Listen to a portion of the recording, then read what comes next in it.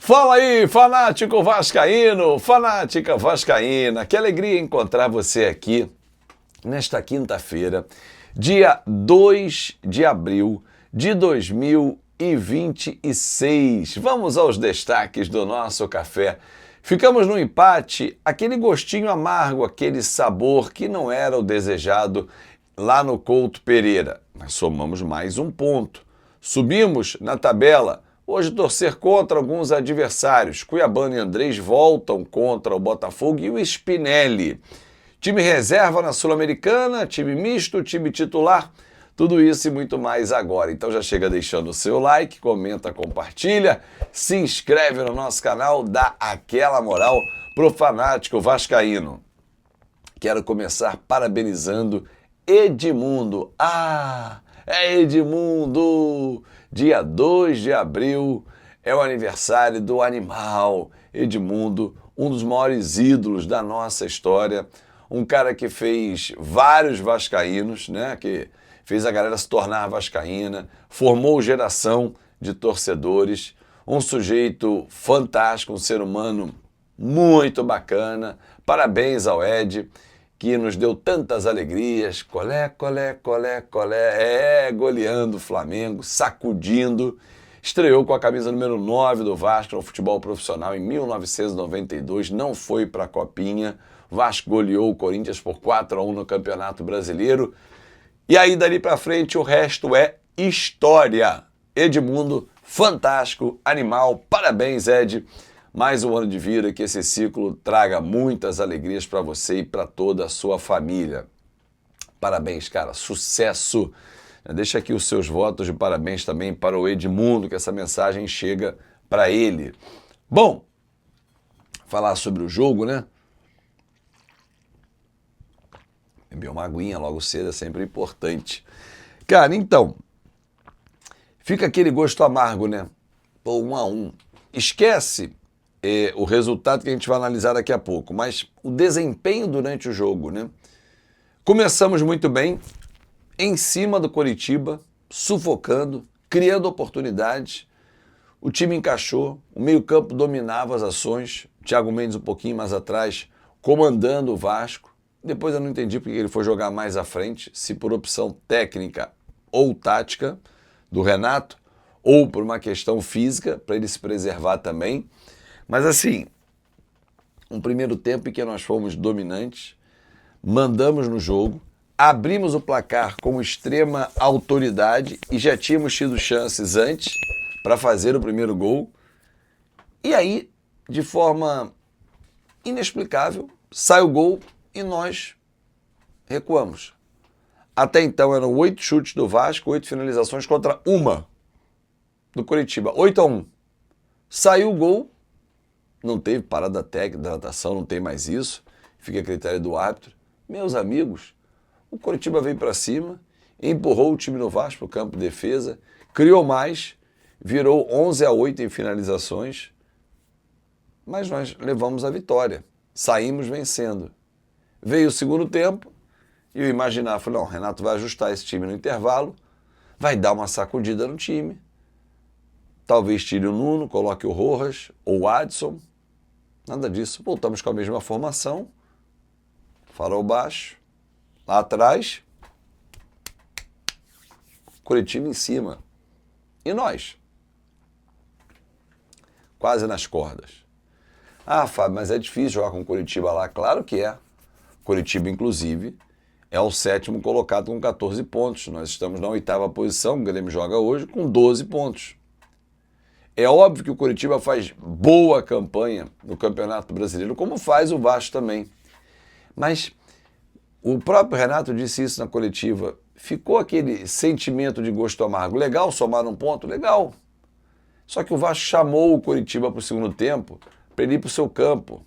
Vem para cá que eu vou tentar encaixar um contra-ataque. E o Vasco não tinha peças para isso. O Inestrosa fez um jogo regular, nota 6 na minha avaliação, altos e baixos, ajudou na marcação, o David mal, o Nuno foi mal, Matheus França, muito mal, para mim o pior em campo. Ele entrou e nem se justificou a entrada do Matheus. Ele fez aniversário ontem. Beleza, marca um churrasco, um jantar na concentração, faz um bolo especial, mas não tem nada a ver ele entrar por ter feito aniversário, né? Até porque ele entrou perdidinho. Entrou pelo lado esquerdo, não fez o falso 9, tomou um baile do Lucas Ronier, quando tentou ajudar na marcação, dobrando com o Piton. Enfim, não foi, cara, não foi. E aí você deixa o Rojas e o Andrés no banco. Eles não entram. Inexplicável. Por que nenhum dos dois entrou?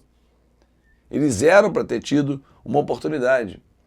E aí, o Vasco da Gama desperdiça 2 pontos.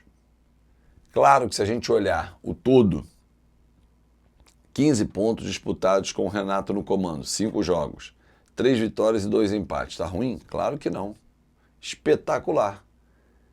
Mas, a gente poderia ter vencido os 5 jogos? Sim. Vencemos os 3. Com o Cruzeiro, viramos jogando bem, só que o Barros foi expulso. A gente lamentou 2 pontos que ficaram pelo caminho. Ontem, 1-0, jogando melhor, só que aí a gente corre para trás. Coloca o Coritiba no jogo. Coritiba, que não estava numa noite feliz, empata no abafa e nós voltamos com gosto, aquele gosto amargo. Tem que beber água. Então, assim, um ponto a comemorar sempre é importante. E falei isso até antes do jogo, se a gente mantiver uma média de 2 pontos por jogo, ganhamos o Grêmio, empatamos fora. 4 pontos em 2 jogos. Média de 2. Bacana, sensacional. Porém, nem sempre a gente vai conseguir fazer isso. Agora a gente recebe o Botafogo em casa. Venceu o Botafogo.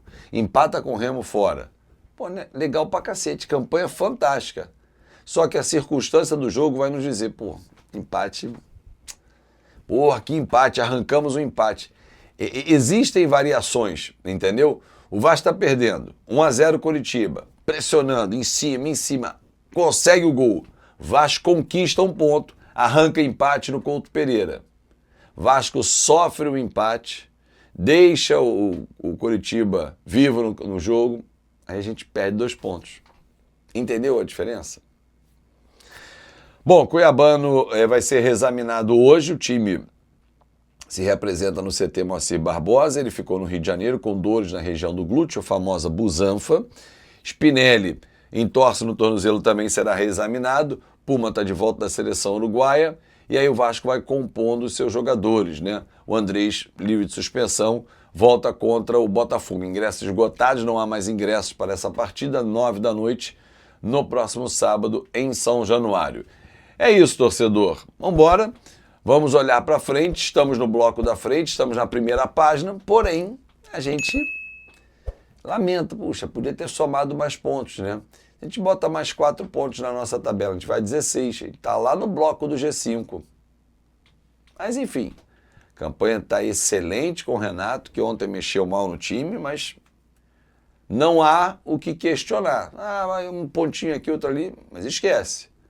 O trabalho do Renato nesse início é muito bom. Uma escolha ou outra vai ser equivocada na minha avaliação, na sua. Enfim. Terça-feira o time enfrenta o Barracas Central na Argentina e depois do jogo de sábado o Renato vai decidir se vai com o time principal, se vai com o time misto, se vai deixar alguém no Brasil, se vai levar força máxima e bota os reservas e os titulares ficam no banco. Enfim, até porque depois tem viagem. E a sequência do Vasco ela é pesada. O Barracas Central na Argentina, a gente viaja no domingo, joga na terça, volta na quarta para o Brasil, na quinta cruza o país, vai até Belém do Pará para pegar o Remo no sábado, volta para o Rio de Janeiro e olha, tem uma sequência pesada o Vasco da Gama. Tem ainda o São Paulo como adversário no Rio de Janeiro, no dia 21, né, só para lembrar vocês, né, vai dia 11 jogar com o Remo lá, dia 21, 10 dias depois, tem outra viagem para Belém do Pará, que é o Paysandu, jogo confirmado pela Copa do Brasil. Então vai ser um mês intenso de abril e tem que saber dosar as peças até para tê-las em melhores condições. Um forte abraço, muito obrigado pelo seu carinho. Esse foi mais um Café Vascaíno. E olha, Vou dar um spoiler. Vem aí novidades no nosso canal. Vinhetas novas, identidade visual nova, tudo isso em breve aqui no Fanático Vascaíno. Muito obrigado a você pela sua atenção, pelo seu carinho. Fique com Deus e uma excelente quinta-feira. E Ed, parabéns, muito obrigado por tudo, obrigado por tantas vitórias, pela conquista memorável, espetacular do Campeonato Brasileiro de 1997 e quantas atuações fantásticas. Fui muito ao Maracanã para gritar: "Ah, é Edmundo!" Tchau, tchau, gente. Excelente quinta.